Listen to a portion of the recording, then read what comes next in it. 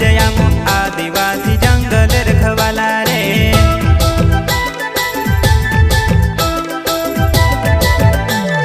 चल जंगल जमीन काजे पूजे रे आदिवासी दुनिया ने रखवाला रे।